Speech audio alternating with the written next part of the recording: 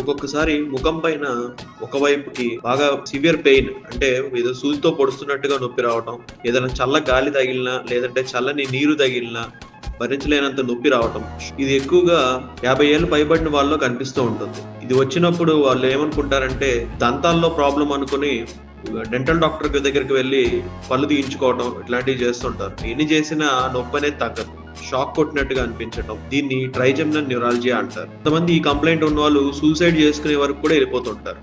అంటే మన ముఖం నుంచి సెన్సేషన్స్ సేకరించే నరం మీద ఇంకో రక్తనాళం మీద ఉండటం వల్ల దాని పల్సేషన్స్ దీనికి ట్రాన్స్ఫర్ అయ్యి దీని పెయిన్ అనేది వస్తూ ఉంటుంది. దీనికి పర్మనెంట్ సొల్యూషన్ ఆపరేషన్ చేసి ఆ రక్తనాళంని ఈ నరం మీద నుంచి తప్పించాలి. మధ్యలో రెండింటి మధ్యలో కుషన్ లాంటిది ఒకటి పెట్టాలి. ఈ ట్రైజెమినల్ న్యూరాలజీ సమస్య ఉన్న వాళ్ళు ఎన్ని మందులు వాడినా ఏం చేసినా ఫైనల్ గా ఆపరేషన్ చేసుకుంటేనే మంచి రిజల్ట్స్ కనిపిస్తాయి.